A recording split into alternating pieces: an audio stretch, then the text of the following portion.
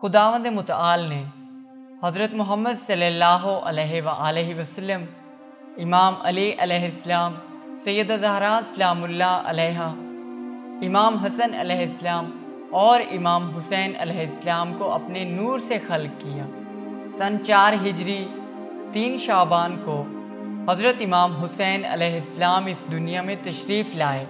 حضرت امام حسین علیہ السلام کی ولادت سے پہلے رسول خدا صلی اللہ علیہ وآلہ وسلم نے اپنی پیاری صاحبزادی سیدہ زہرا سلام اللہ علیہا سے فرمایا، اے میری بیٹی، اب تم وہ لباس پہننا چھوڑ دو جس میں تمہیں آسائش محسوس ہو۔ میں تمہاری پیشانی میں ابو الائمہ کا نور دیکھ رہا ہوں اور یہ نور اپنے آخری مراحل کو پہنچ چکا ہے۔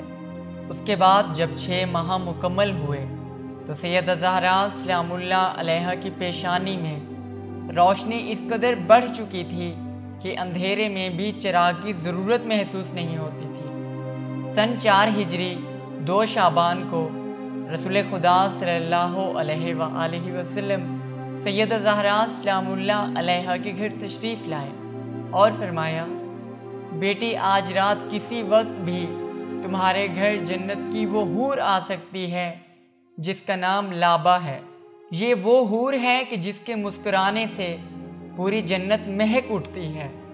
اللہ نے اس حور کو 70,000 محلات عطا کیے ہیں، ہر محل میں 70,000 کنیزیں ہیں۔ اللہ نے یہ عظمت اور حسن و جمال صرف اس لیے دیا ہے کہ وہ تیرے بچے کی دایا ہوگی۔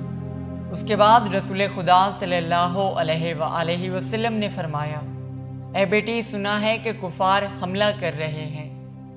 اگر میں کسی وجہ سے مصروف ہو جاؤں تو میرے آنے تک بچے کو غسل نہ دینا اور نہ دودھ پلانا۔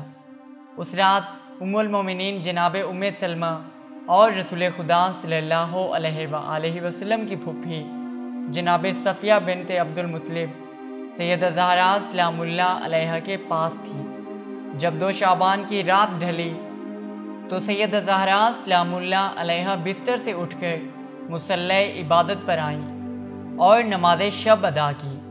نماز شب ادا کرنے کے بعد تسبیح و تحمید میں مصروف ہو گئیں کہ اچانک سے تمام مکان نور سے منور ہو گیا اور حجرہ سیدہ زہرا سلام اللہ علیہا میں ایک انتہائی حسین و جمیل نوجوان عورت داخل ہوئی۔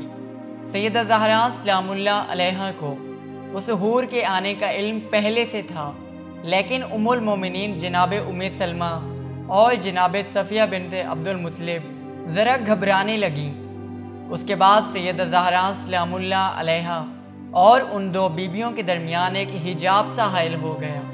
چند لمحوں کے بعد جب وہ حجاب ہٹا تو حضرت امام حسین علیہ السلام سبز لباس میں 2 زانو ہو کر خداوند متعال کی وحدانیت کی گواہی، رسول خدا صلی اللہ علیہ وآلہ وسلم کی رسالت کی گواہی اور اپنے بابا امیر المومنین حضرت امام علی علیہ السلام کی ولایت کی گواہی دے رہے تھے۔